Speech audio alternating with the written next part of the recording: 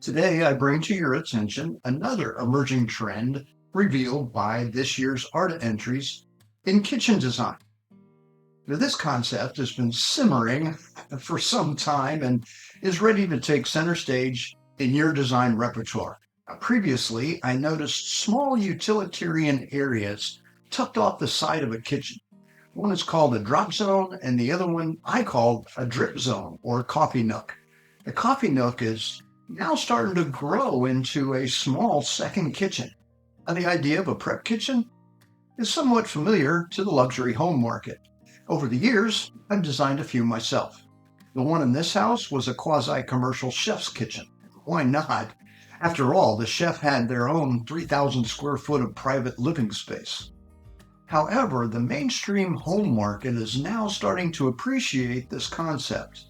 Some forward-thinking home designers have begun incorporating these supplementary kitchen workspaces, and they're getting recognized by the American Residential Design Awards. It's not a big deal, but there's a little inconsistency with the terminology for now. The term prep kitchen doesn't seem to be exclusive, and when the class of 2023 ARTA winners are introduced on August 5th in Nashville, you'll see some variation of prep kitchens under different aliases.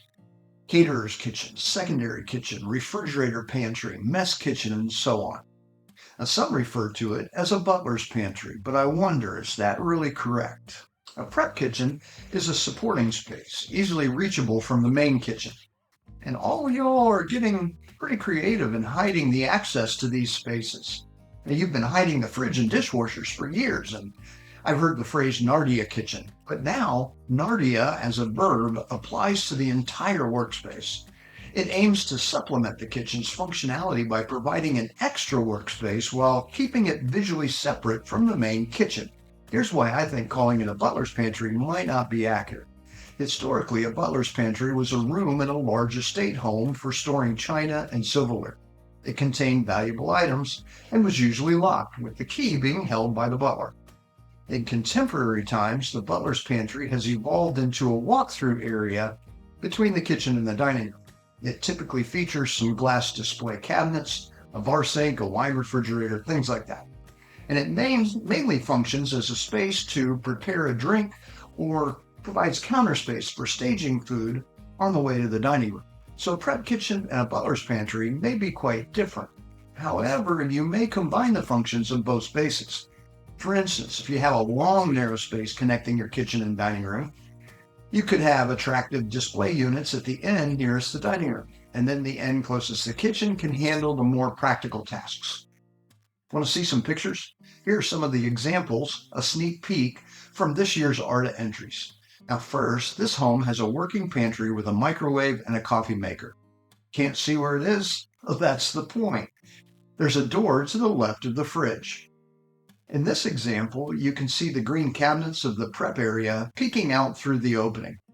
You see warming ovens on the left, lots of counter space, and a sink after you've passed through the opening. Next is a perfect use of the phrase Narnia Kitchen, where the designer has designed a way to completely hide the entire kitchen from the great room and the dining room. This image renders an unbuilt design with a complete prep kitchen behind the main kitchen. You get to it through the shaded area to the left of the range. Now this last one is my favorite. Notice the lack of appliances. Also notice the door in the center of the shelves and upper cabinets. That's a pass-through to the actual kitchen behind. And you can access the space from the ends, but the working kitchen is concealed completely from the main living areas. The only thing that they could have done to improve this design is to extend the island into the patio with the sliding door cutting right through the island. Like this grand ARTA winner that I submitted last year. Forgive me for the self-promotion. What I mean to promote is there's a little less than 4 weeks before we announce the 2023 winners. You can still buy tickets to attend the gala in person or online at aibd.org/designbuildnashville. Meanwhile, the Global Choice category is open for public voting until July 16th. That's one more week. Visit aibd.org/2023 Global Choice. Check out this year's 4 outstanding entries and cast your vote. Now, please pass that link on to everyone you know. The world must know that we are creating where people live. Thanks for being a helper and for watching this entire video. Have a triumphant week.